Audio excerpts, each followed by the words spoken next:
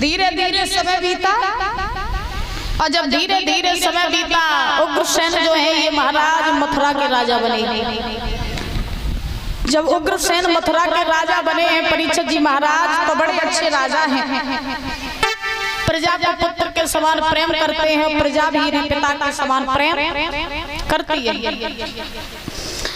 आज इन्हीं उग्रसेन की महाराज पत्नी है जिसका नाम है पवन रेखा। तो पवन रेखा जो है ये महाराज सुंदर भी है, पतिव्रता भी है, गुणवान भी है, चरित्रवान भी है। नारी की सुंदरता दादा उसके चेहरे से नहीं होती है। हाँ, तुम लोग जब सोचती हो कि मेकअप करवे थे, क्रीम पाउडर लगे हुए थे, हम सुंदर बन जाती हैं। चेहरा चमकाए हुए थे, तरह तरह के साबुन लगाए हुए थे, हम सुंदर बन जाती हैं। याद रखो मेरी माँ, नारी की सुंदरता मेकअप करने से नहीं होती है, क्रीम पाउडर लगाने से नहीं होती है। फिर नारी की सुंदरता तो महाराज उसके ताकत से होती है। नारी की सुंदरता तो महाराज उसके चरित्र से और उसके गुणों से होती है। जिस नारी का चरित्र और गुण अच्छे नहीं होते हैं वो नारी ऊपर से कितनी चमकत रहे महाराज वो अच्छी नहीं होते। और असली नारी की सुंदरता तो उसके चरित्र में और उसके गुणों में छिपी होती है।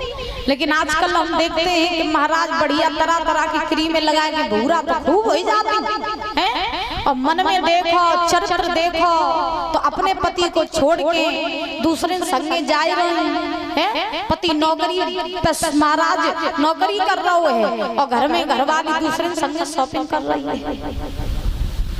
बात मेरी कड़वी जरूर लग सकती है लेकिन है सत्य।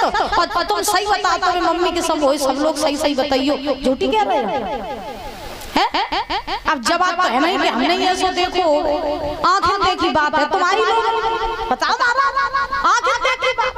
पति मर रहा हो नौकरी पे और पत्नी महाराज पति को नौकरी पे भेज के दूसरे संग शॉपिंग कर रहे हैं।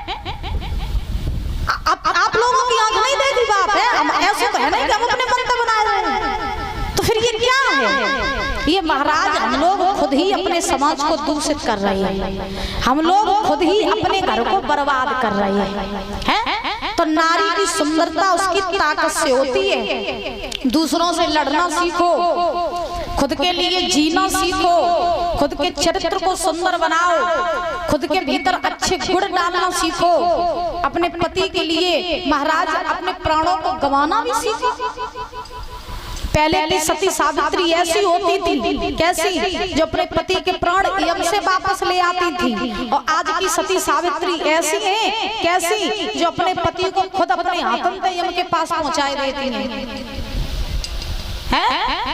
बताओ भाई, पहले के यम के पास से वापस ले आती करती थी अपने आदमी को, और आजकल की यम के पास पहुंचाए देती थी। अब बताओ इन्हें कैसे, इन्हें पतिव्रता कैसे करते हैं?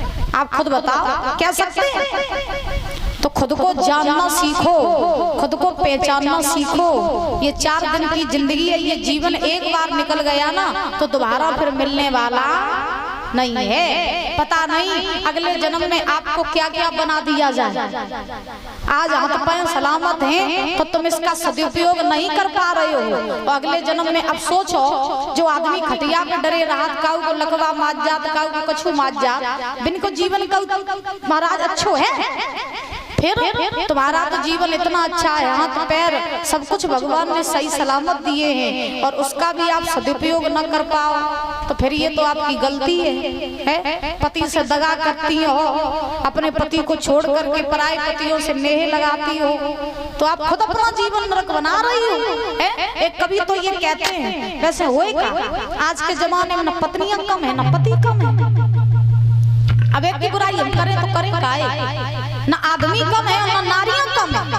आदमी जो है अपनी घरवाली कितनी अच्छी हो गए, अपनी बड़ाई कबहू नहीं करिए, बड़ाई करिए तो दूसरे की करिए महाराज। और नारियां घर में महाराज आज की दुनिया में 100% में 10% ही नारियां ऐसी हुई जो अपने पति को मान सम्मान करती हुई हैं, ना 90% नारियां जो होती हैं उनके सबके आचरण महाराज गलत हो चुके हैं। एक कवि कहते हैं अगर अपने पति से दगा करियो तो ठिकाना मिलने वालों ना है।